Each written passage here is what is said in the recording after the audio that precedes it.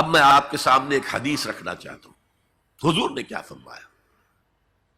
ایک حدیث سنا چکا ہوں آپ کو، عن عثمان بن عفان رضی اللہ تعالی عنہ قال قال رسول اللہ صلی اللہ علیہ وسلم خیرکم من تعلم القرآن وعلمہ، تم میں سے بہترین لوگ وہ ہیں جو قرآن سیکھیں اور سکھائیں۔ یہ حدیث بڑی عجیب ہے، یہ ترمذی میں بھی ہے اور دارمی میں ہے، اور اس کے راوی حضرت علی ہیں رضی اللہ تعالی عنہ۔ عن علی رضی اللہ عنہ قال، حضرت علی فرماتے ہیں انی سمعت رسول اللہ صلی اللہ علیہ وسلم یقول، میں نے سنا اللہ کے رسول صلی اللہ علیہ وسلم کو یہ کہتے ہوئے، انہا ستکون فتنۃ، ان قریب ایک بہت بڑا فتنہ رونما ہوگا۔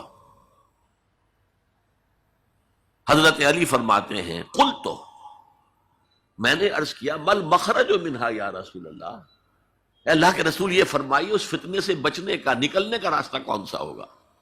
جیسے آپ بڑے بڑے حالوں میں دیکھتے ہیں ایگزٹ، عرب ممالک میں لکھا ہوتا ہے مخرج، اگر کہیں آگ لگ جائے، کہیں دھواں بڑھ جائے تو نکلو، ان لال جو روشنیاں ہیں ان کے اندر جو نیچے دروازے ہیں ان کی طرف جاؤ، یہ مخرج ہے جان بچانے کی۔ یہاں ایک لحظہ توقف کر کے ہمارا اور صحابہ کا جو فرق ہے اس کو نوٹ کر لیجئے۔ اگر ہم ہوتے تو کیا پوچھتے؟ حضور یہ فتنہ کب آئے گا، کدھر سے آئے گا، کیوں آئے گا، کیا ہوگا، یہ سارے سوالات کرتے نا، جن کا عمل سے کوئی تعلق نہیں، معلومات ہیں۔ حضرت علی نے کچھ نہیں پوچھا، بس آپ نے فرما دیا کہ بہت بڑا فتنہ ہوگا، تو بس ہمیں یہ بتائیے کہ اس سے نکلنے کا راستہ کیا ہے۔ اب سنیے حضور کی زبان سے قرآن مجید کی مدح۔ قال کتاب اللہ، فتنوں سے بچانے والی اللہ کی کتاب ہے۔ فیہ نبأ ما قبلکم، اس میں تم سے پہلے جو تھے ان کی بھی خبریں ہیں، قوم نوح اور قوم عاد اور قوم سمود اور قوم مدین اور آل فرعون اور سدوم اور عمورہ کی بستیوں کے حالات ہیں کہ نہیں؟ وَخَبَرُ مَا بَعْدَكُمْ، اس میں تمہارے بعد جو آنے والے حالات ہیں وہ بھی درج ہیں، ذرا کھدائی کر کے نکالنا پڑتا ہے ورنہ حالات موجود ہیں۔ ایک اوپر کی چیز ہے، سامنے کی چیز ہے، ایک ذرا اندر سے کھدائی کر کے، لیکن یہ کہ حضور فرما رہے ہیں خبرو ما بعدکم وحکم ما بینکم، اور جو بھی اختلافات تمہارے درمیان ہوں گے ان کا فیصلہ بھی اس کتاب میں موجود ہے۔ کاش کہ ہم اپنے مذہبی اختلافات کو رفع کرنے کے لیے قرآن کی طرف رجوع کریں، جو حبل اللہ ہے، واعتصموا بحبل اللہ جميعا ولا تفرقوا۔ تو فرمایا کتاب اللہ فیہ نبأ ما قبلکم وخبر ما بعدکم وحکم ما بینکم، هو الفصل لیس بالحزل، وہ فیصلہ کن کلام ہے، ایسے ہی یابہ گوئی نہیں ہے، یہ قرآن کی آیات ہے۔ انہ لقول فصل وما هو بالحزل، سورہ تاریخ کے اندر آیا، تاریخ میں هو الفصل لیس بالحزل من ترکہ من جبار قسمہ اللہ، اگر کوئی جبار شخص اپنی سرکشی میں اس قرآن کو ترک کر دے گا اللہ اسے پیس کر رکھ دے گا۔ وَمَنِ ابْتَغَى الْهُدَى فِي غَيْرِهِ أَضَلَّهُ اللَّهُ، اور جو کوئی ہدایت حاصل کرنا چاہے گا قرآن کے سوا کسی اور چیز سے، اللہ اسے لازماً گمراہ کرے گا۔ کتاب ہدایت تو یہ ہے، وَهُوَ حَبْلُ اللَّهِ الْمَتِينُ، اور یہی تو ہے اللہ کی مضبوط رسی، جو قرآن میں کہا گیا وَاعْتَصِمُوا بِحَبْلِ اللَّهِ جَمِيعًا۔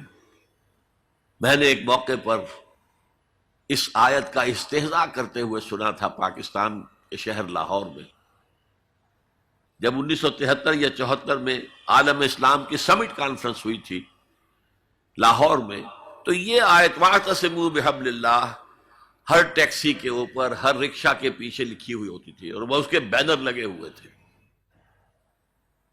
تو میری کوئی کتاب ایک پریس میں تھی، میں اس کے لیے جلدی کے لیے کہنے کے لیے کہ جلدی شائع کرو وہاں گیا، تو وہاں ایک صاحب تھے آزاد کشمیر کے محکمہ اطلاعات کے بہت بڑے افسر، اور وہ کہہ رہے تھے کیا مہمل کلام ہے، کہاں ہے وہ رسی، کس کو پکڑے؟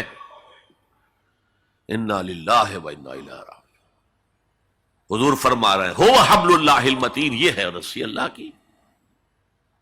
ایک حدیث میں آتا ہے القرآن حبل اللہ الممدود من السماء الی الارض، یہ اللہ کی رسی ہے جو آسمان سے زمین تک تنی ہوئی ہے۔ ایک اور حدیث بہت پیاری ہے، میں آپ کو بتائے بغیر نہیں رہ سکتا۔ حضور اپنے حجرے سے برآمد ہوئے تو آپ نے دیکھا مسجد نبوی کے کونے میں صحابہ بیٹھے ہیں، قرآن کا مذاکرہ کر رہے ہیں۔ مذاکرہ ایک ہوتا ہے درس، ایک شخص بول رہا ہے دوسرے سن رہے ہیں، یہ نہیں، مذاکرہ آپس میں۔ حضور کے چہرے پر بشاشت کے آثار ظاہر ہوئے، آپ چل کر آئے، آپ نے ایک سوال کیا عجیب، الستم تشہدون، کیا آپ لوگ اس کی گواہی نہیں دیتے اللہ الہ الا اللہ وانی رسول اللہ ہے وہذا القرآن جاء من عند اللہ، کیا آپ لوگ اس کی گواہی نہیں دیتے کہ اللہ کے سوا کوئی معبود نہیں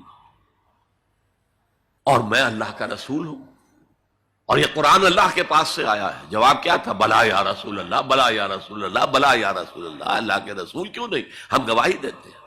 اب فرمایا جس کے لیے میں نے یہ حدیث سنائی، فاستبشروا، خوشیاں مناؤ، جیسے ہم نے دوسرا جو تھا سورہ یونس کی آیات فَبِذَلِكَ فَلْيَفْرَحُوا، خوشیاں مناؤ، جشن مناؤ اس قرآن پر، فاستبشروا، تو بشارتیں حاصل کرو، فَإِنَّ هَذَا الْقُرْآنَ طَرَفُهُ بِأَيْدِيكُمْ وَطَرَفُهُ بِيَدِ اللَّهِ، اس قرآن کا ایک سرا تمہارے ہاتھ میں، ایک سرا اللہ کے ہاتھ میں۔ تو فرمایا هو الذکر الحکیم، جو قرآن کہتا ہے ذکر کرو ذکر کرو، کھڑے بیٹھے، سب سے بڑا ذکر قرآن ہے۔ ہم بیٹھ کر ضربے لگا رہے ہیں، پتہ نہیں کیا کرتے ہیں، کوئی وظائف پڑھ رہا ہے، سب سے بڑا ذکر جسے قرآن الذکر کہتا ہے، انا نحن نزلنا الذکر وانا لہ لحافظون، دی ذکر وہ قرآن ہے، هو الذکر الحکیم وَهُوَ الصِّرَاطُ الْمُسْتَقِيمُ، اور تم نماز کی ہر رکعت میں کہتے ہو اهدنا الصراط المستقیم، وہ صراط مستقیم تو اللہ نے تمہیں دے دیا ہے، یہ قرآن ہی تو ہے صراط المستقیم۔ پھر دیکھیے اس میں وہ قرآن مجید کا انداز ہے، دو دو تین تین آیات ایک طرح سے قوافی کے ساتھ آ رہی ہے۔ هُوَ الَّذِي لَا تَزِيغُ بِهِ الْأَهْوَاءُ، یہ وہ شے ہے کہ جس کے ہوتے ہوئے خواہش نفس آپ کو کج نہیں ہونے دے گی، زیغ نہیں آئے گا اس کے ساتھ، اس کے ہوتے ہوئے کبھی کجی نہیں آئے گی تمہارے اندر۔ وَلَا تَلْتَبِسُ بِهِ الْأَلْسِنَةُ، زبانیں التباس نہیں پیدا کر سکیں گی، قرآن جو ہے اپنی حفاظت خود کرتا ہے۔ ذرا سی الفاظ کی شکل موڑ دی، رائنا کی بجائے رائنا کہہ دیا، قرآن پر ایسا کوئی حملہ نہیں ہو سکتا۔ لا یاتیہ الباطل من بین یدیہ ولا من خلفہ، اس پر باطل حملہ آور ہو ہی نہیں سکتا، نہ سامنے سے نہ پیچھے سے۔ ولا یشبع منہ العلماء، علماء اس قرآن سے کبھی سیری محسوس نہیں کریں گے، کبھی بھی یہ محسوس نہیں کریں گے کہ بس قرآن سے جو لینا تھا ہم نے لے لیا، اب کچھ نہیں رہا۔ پڑھتے رہیں گے پڑھتے رہیں گے پڑھتے رہیں گے، معلوم ہوگا ہر مرتبہ کوئی نئی چیز آ رہی ہے۔ ولا یشبع منہ العلماء، سیری نہیں ہوگی، جیسے آپ کے سامنے آپ نے کھانا کھایا، پیٹ بھر گیا، اب وہ کوئی کہے بھائی تھوڑا سا یہ، نہیں بھائی نہیں، میرا پیٹ بھر چکا ہے، سیر ہو گئے نا۔ قرآن سے آپ کبھی سیر نہیں ہو سکیں گے۔ ولا یخلق عن کثرت الرد، بار بار کے پڑھنے سے اس پر کوئی باسی پن طاری نہیں ہوگا۔ کوئی اور کتاب دنیا میں ایسی نہیں ہے، ایک دفعہ پڑھ لی، دو دفعہ پڑھ لی، پھر تیسری دفعہ ہاتھ لگانے کو جی نہیں چاہتا، پڑھنے کو جی نہیں چاہتا، سوال ہی پیدا نہیں۔ یہ وہ ہے، پڑھتے رہو گے، اس پر کوئی باسی پن طاری نہیں ہوگا۔ ولا تنقضی عجائبہ، اس کے عجائب کبھی ختم نہیں ہوں گے۔ یہ ہیروں کی وہ کان ہے جو کبھی ختم نہیں ہوگی، غور کرو گے نکالتے رہو گے۔ یہ بنیاد ہے سمندر کی نیچے جہاں سے موتی ختم نہیں ہو سکتے.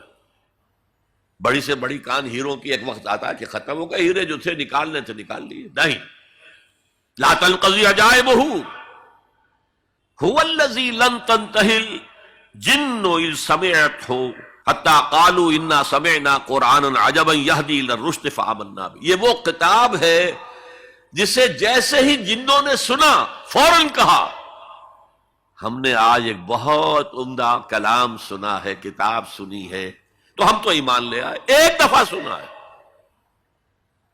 اور وہ دائی بن کر چلے گئے. یا قومنا اجیبوا داعی اللہ، اے ہماری قوم کے لوگوں اس اللہ کی طرف پکارنے والے کی آواز پر لبیک کہو. جنات کا عالم یہ ہے، ہمارا عالم کیا ہے؟